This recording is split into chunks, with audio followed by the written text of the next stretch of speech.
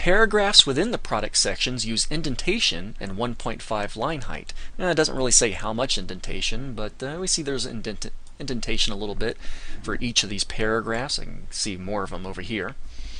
Alright, paragraphs within the product sections use indentation, 1.5 line height. Paragraphs. Oh, we scroll this up so it's easier for you guys to see. Okay, they're going to use indent, and I'm just going to do 1em. That's a good standard one to go with. Otherwise you can do trial and error, pixels, percentages even, and line height, 1.5. Okay, save that. What is next? Images within the product sections all float to the right and are 200 pixels wide. And there's a hint, don't set the height to keep the proportions. So if you don't set the height, then it'll maintain proper proportions. Images are going to be floating to the right, 200 pixels wide. Okay, no problem. Oops, I accidentally created a new file there. There we go. So within my product sections, I've got images, and they are all going to be floating to the right, and they're all going to be 200 pixels wide. Takes care of that. How's that looking now? Alright, making progress. Okay, got those images over there to the right. What else have we got? And hyperlinks within each product sections are bold bright yellow and only show an underline on hover. Bold bright yellow and only show an underline on hover. Okay, so back over to the editor.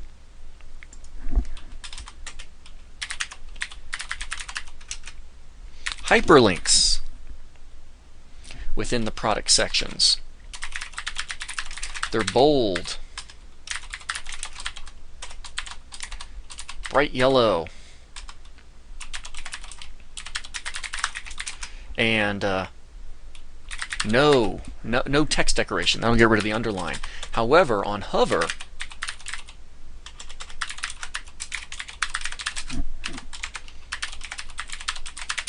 text decoration is to underline. Okay, so we want the underline on hover, but not on the basic form of the links. And this could actually be written in a couple ways. You could leave it like this, or you could do :link, and then I might just copy that, comma, paste, :visited. I actually like that technique a little better because then it's clear. New links and visited links are bold, yellow, no underline. But when you hover, they will get an underline. Let's save that. Jump over to the browser and refresh. There's my bold hyperlink, and if I hover over, there's the underline effect. Okay? What else have we got? Oh, that takes care of all the bullets in the CSS portion. So let's move down here to these other things to consider. Okay, so once again, no real matter of the order here. I'm just going to go ahead and fine-tune a few things. And I'm looking over here at the menu, and it says the menu has 10 pixels of space around it within the header. So there's 10 pixels of space around the menu, and the menu links have 4 pixels of space between them. Okay, both of these can be accomplished with some margin. So let me jump over to CSS, go to where I was controlling my menu. Okay, there's the menu. And I'm going to put a margin of 10 pixels on that, and then the menu hyperlinks, doesn't really matter where I stick this, I'm going to go ahead and put margin bottom of 4 pixels. And let's just see what that little impact will do. Jump over to my browser and refresh. Remember, you want to look up here at the menu as I hit refresh. There we go. So a little more space, a little bit more space in between each one. Okay, what else have we got going on? 20 pixels of space between the browser and the wrapper. Okay, so there's, see the space there? Whereas on my current example it goes right up to the top. So I want to take care of that. 20 pixels of space between the browser and the wrapper. 10 pixels of space between the wrapper and the content. So outside of the border is the margin, inside of the border is the padding. Outside of the border I want 20 pixels. Inside of the border I want 10. Inside of the border I want 10 pixels. That can be taken care of margin and padding. So let me jump over to the CSS. Find my wrapper. Do I already have a wrapper? There it is. Margin 20 pixels, padding 10 pixels. Save that. Back to the browser. Refresh. There we go. Oops, look at that. I broke my centering. So let me go ahead and take care of that. Let me jump back over here. So I can't have margin twice, so I don't want margin of 20 pixels there. Instead, I want 20 pixels on the top and the bottom, auto on the left and the right. Save that. Browser refresh. There we go. So now we're in business. What else have we got? Header content has centered header has centered content and is 100 pixels tall. Okay. So let me jump over here. Header, I already have text align center, but let me set its height. 100 pixels. Save that. Back to the browser, refresh. Okay, now it's 100 pixels tall, allegedly. Let's see. H1 is not bold and uses a negative 2 pixel letter spacing. Okay, so the headline 1 is not bold. Back over to the CSS. Now I don't have anything specifically for the H1 yet, it looks like, which is in the header section, so I'll go ahead and I'll stick it right in here. Actually, let me do it after the menu. It just makes more sense logically to me. Okay, so within my, let's see if I can spell here. Within my div header, there of course is an H1.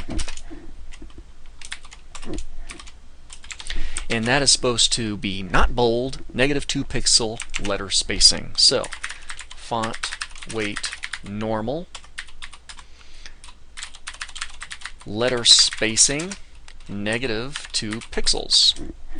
Okie doke. Save that. And let's see what that does. There it is, not bold. Letters are a bit closer together. It's hard to tell from the naked eye, though. Alright, what else have we got? Oh, let me jump over here. Wrong file. H2s are not bold. Alright, H2 is not bold. And I know I've already got one. I've already got a rule for that. I remember writing it. So let's jump over here. There he is. There's my H2s. Font, weight, normal. That'll get rid of the bold status. So kind of watch here.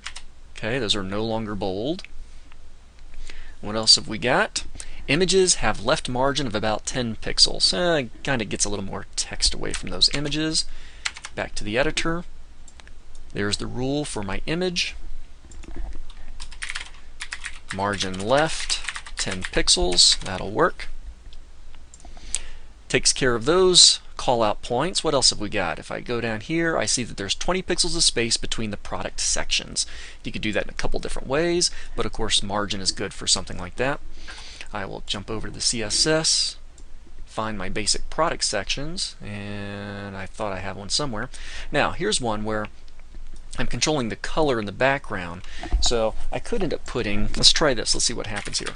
Margin bottom 20 pixels. This would put 20 pixels of margin bottom not on just my product sections, which is what the test is telling me to do, but also on my header. So I'm not sure if that'll have the desired impact. Let's see, refresh. And actually it's looking pretty good. This is the page as it's looking right now.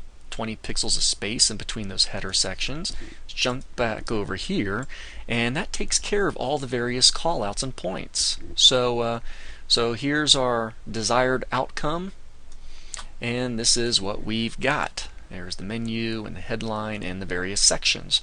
So we had an HTML file, we made a few fixes to that, and then we spent some time on the CSS to make our page look like the desired sample. Hey, I just want to remind you again too that the text and images I used for this test, I got these from the web off of US News website.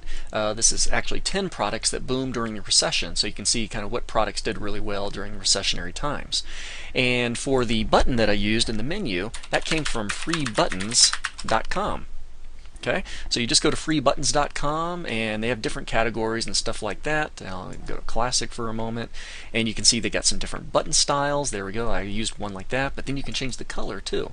So you can find the color and basic style that you like, right click and save that, and you can use those as necessary.